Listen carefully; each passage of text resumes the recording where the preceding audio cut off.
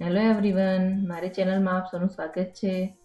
આજે આપણે બનાવીશું હેલ્ધી એવું ફણગાવેલા મગનું સલાડ।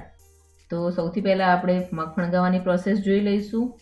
એની માટે મેં મગને સારી રીતે ધોઈને 7 થી 8 કલાક પલાળી લીધા હતા। હવે એને એક આપણે કોટનના કપડામાં નીકાળી અને એકવાર ચોખ્ખા પાણીથી ધોઈ લઈશું।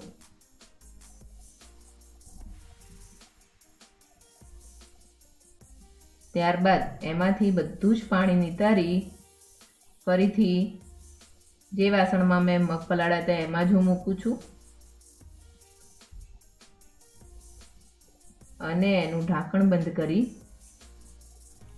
એને કોઈ પણ બંધ જગ્યાએ મૂકી શકાય। હું એને કબાટમાં મૂકી દઈશ।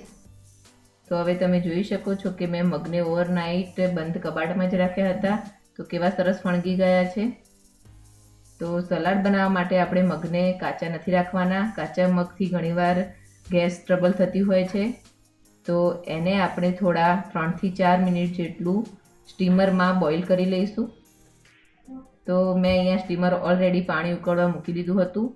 હું પોટલીને એમાં મૂકીને 3 થી 4 મિનિટ જેટલું એને મગને ગરમ થવા દઈશ।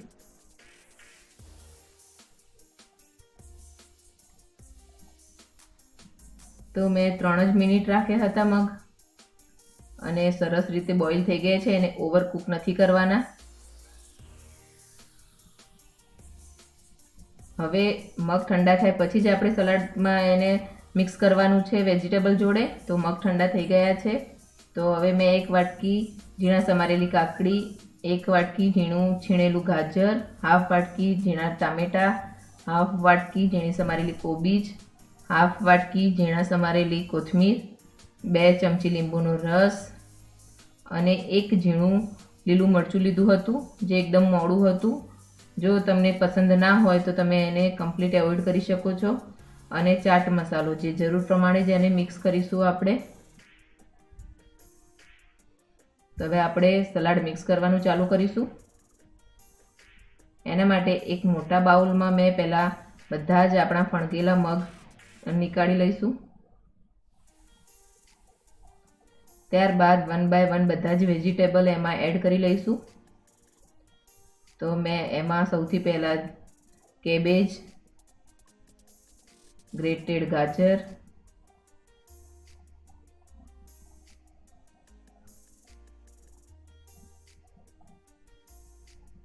ટામેટા ઝીણા સમારેલા,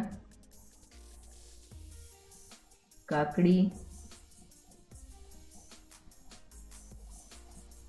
ઝીણું ચોપ કરેલું મરચું, ધાણા,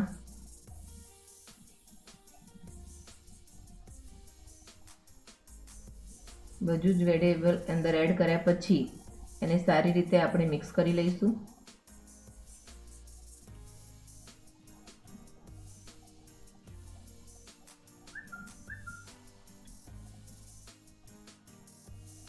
આ વેજીટેબલ અને ફણગાળેલા મગ હોવાથી આમાં આ સલાડ પ્રોટીન, મિનરલ્સ અને વિટામિન્સનો સોર્સ છે। ઘણા લોકો ડાયટ કરતા હોય છે તો એક ટાઈમ જમવાનું સ્કીપ કરતા હોય છે, તો એ એક ટાઈમ આવું હેલ્ધી સલાડ લઈ શકે છે। આ સલાડ લેવાથી બિલકુલ વેઇટ ગેઇન નથી થતું। ત્યારબાદ એમાં આપણે 2 ચમચી લીંબુનો રસ એડ કરી દઈશું અને સ્વાદ પ્રમાણે ચાટ મસાલો એડ કરીશું। હવે બરાબર મિક્સ કરી લઈશું।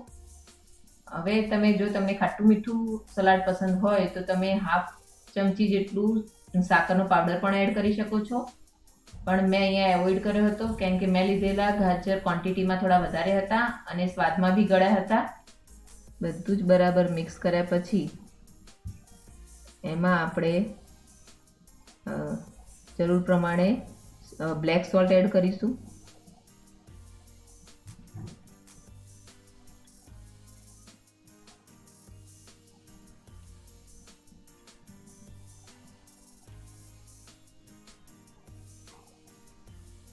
તો હવે આપણું સલાડ રેડી છે સર્વ કરવા માટે। આ સલાડ ખૂબ જ હેલ્ધી બને છે। આવી જ હેલ્ધી રેસિપી જોવા માટે મારી ચેનલને સબસ્ક્રાઈબ કરો અને બાજુમાં આવેલો બેલ આઇકન જરૂરથી દબાવજો। જેથી તમને મારી નવી રેસીપીના વિડીયો તરત પહેલાં મળી જાય. તો જુઓ કેવું સરસ તૈયાર થઈ ગયું છે સલાડ.